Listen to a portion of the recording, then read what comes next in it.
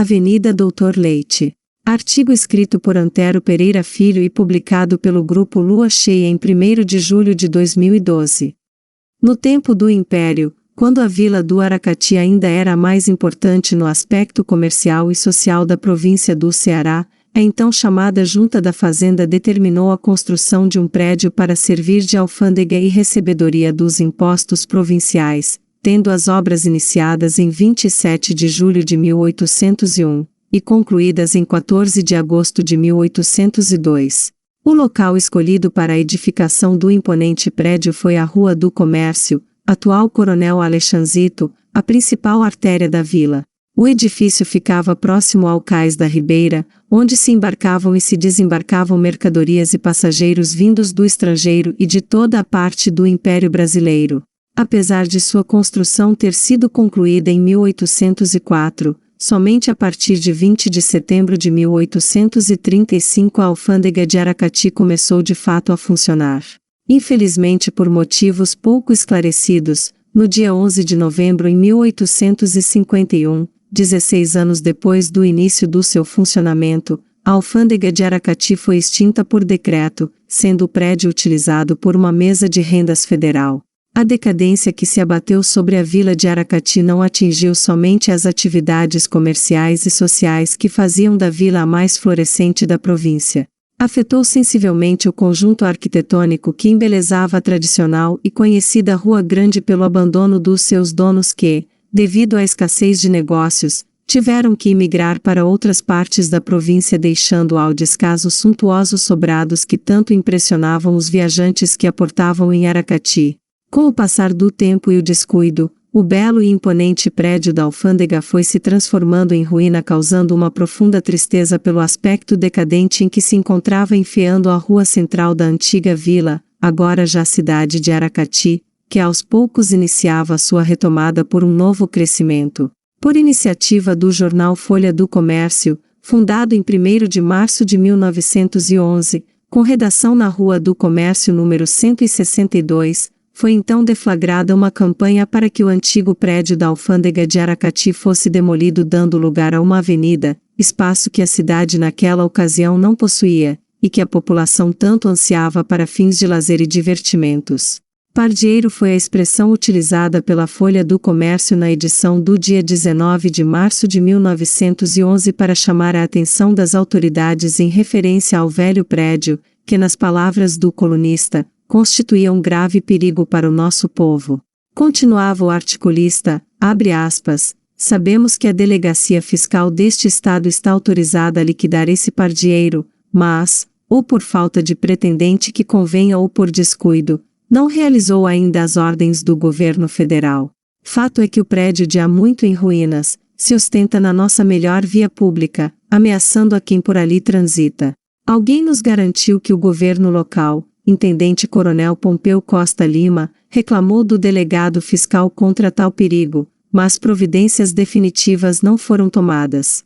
O velho casarão deve ser demolido, mesmo em parte, se o quiserem aproveitar e zelar pelo bem-estar dos incautos transeuntes.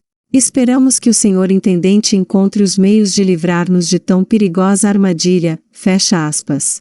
Entusiasmado com a ideia de proporcionar à cidade um benefício, um melhoramento que viesse de encontro às aspirações da população, o coronel Miguel Leite Barbosa, um dos sócios da fábrica Santa Teresa, encaminhou uma proposta ao ministro da Fazenda para a aquisição do edifício onde funcionou a antiga alfândega de Aracati.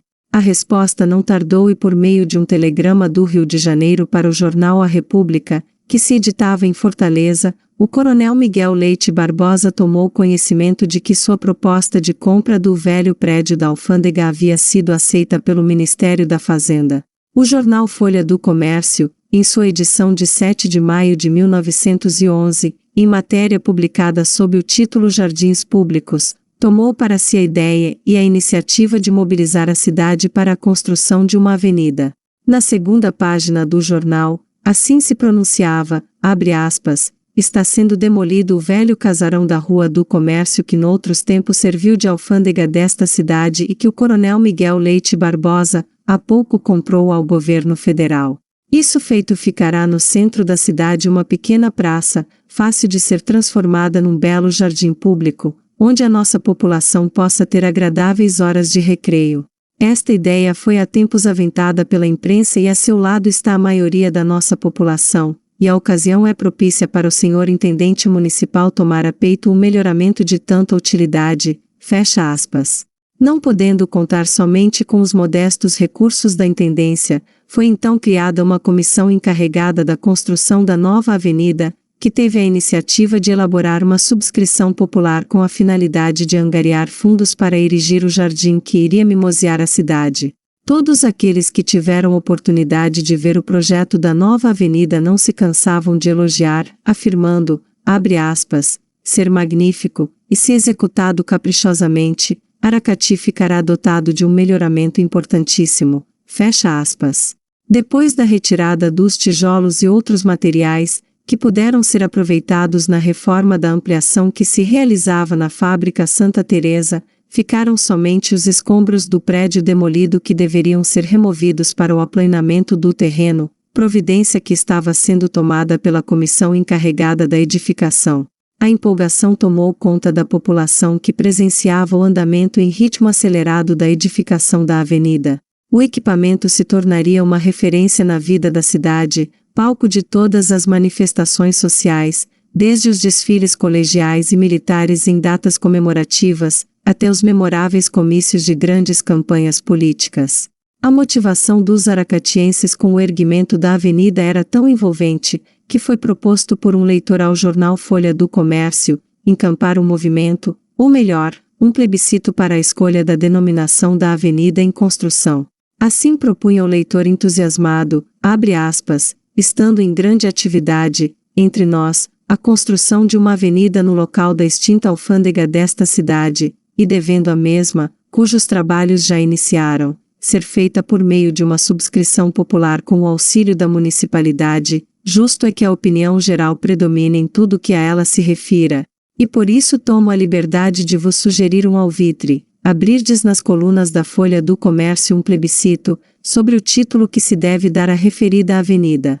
Pois observado o voto popular ninguém tem o dever de censurar o povo, ao passo que feita a coisa à vontade de poucos, alguém terá uma vez ou outra de soltar a língua, fecha aspas.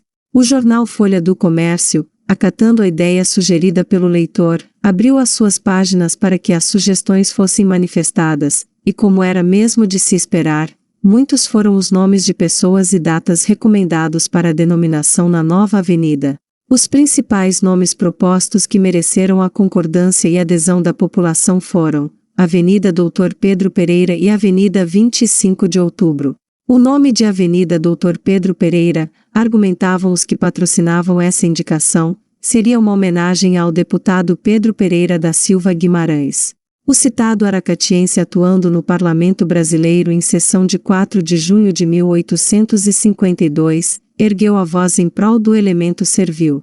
Os defensores dessa indicação reforçavam suas justificativas, relembrando fatos do passado, entre os quais a atuação do Diretório Emancipador dos Escravos de Aracati, que, reunidos na Câmara Municipal em 2 de junho de 1883, determinaram naquela data a libertação dos escravos em Aracati. O evento, ocorrido 5 anos antes da Lei Áurea, foi tomado como uma grande referência à atuação do deputado Pedro Pereira. Além da sugestão para nomear a avenida, foi lançada ainda a ideia de se erguer um monumento em sua homenagem. A outra recomendação com bastante apoio popular foi a Avenida 25 de Outubro, numa alusão à data em que Aracati, em 1842, foi elevada à categoria de cidade. Outras designações que foram sufragadas no plebiscito mencionavam o nome do Barão do Rio Branco e a data de 13 de maio, como sendo também merecedores da titulação da nova avenida. Enquanto os aracatienses discutiam e votavam em plebiscito qual o nome mais merecedor e justo que deveria receber a principal obra para o embelezamento da cidade, os serviços da construção seguiam como noticiava a imprensa em outubro de 1911, abre aspas, vão bastante adiantados os trabalhos da avenida, já estando ladrilhado o passeio central e em condições de ser cimentado, tendo sido iniciado o ladrilho dos passeios laterais, fecha aspas. Aqueles que estiveram presentes, embevecidos, jamais esqueceram daquele domingo, 5 de novembro de 1911, quando os dobrados e marchas da banda Zarans acompanharam a inauguração, abre aspas, da fiérica iluminação da luz de acetileno que se destinava a iluminar o mimoso logradouro, fecha aspas. Foram momentos de grande contentamento para a família aracatiense que compareceu em massa prestigiando aquele inesquecível acontecimento. Naquele dia, segundo os colunistas sociais, o high life, como se dizia na época, da elite da nossa melhor sociedade, compareceu em toda a sua exuberância dando um grande brilhantismo à noite de festas, no dia 24 de dezembro de 1911, já merecidamente titulada Avenida Doutor Leite, foi finalmente aberta ao público. A homenagem a José Leite Barbosa, sócio da fábrica Santa Teresa, foi atribuída por ter sido ele, o mais entusiasmado benfeitor e destacado contribuinte para a realização da obra. Naquela ocasião, o elegante Café Goiana, que se tornou o ponte da Escola Mocidade Aracatiense, foi também inaugurado na mesma avenida. As bandas Zarans e Euterpe Operária tocaram vários números dos seus repertórios, enquanto o povo circulava pelos passeios da nova e aprazível avenida até as primeiras chamadas do sino da igreja para a Missa do Galo, que seria celebrada na matriz pelo padre Domingos de Castro. Você ouviu, Avenida Doutor Leite. Artigo escrito por Antero Pereira Filho e publicado pelo Grupo Lua Cheia em 1º de julho de 2012.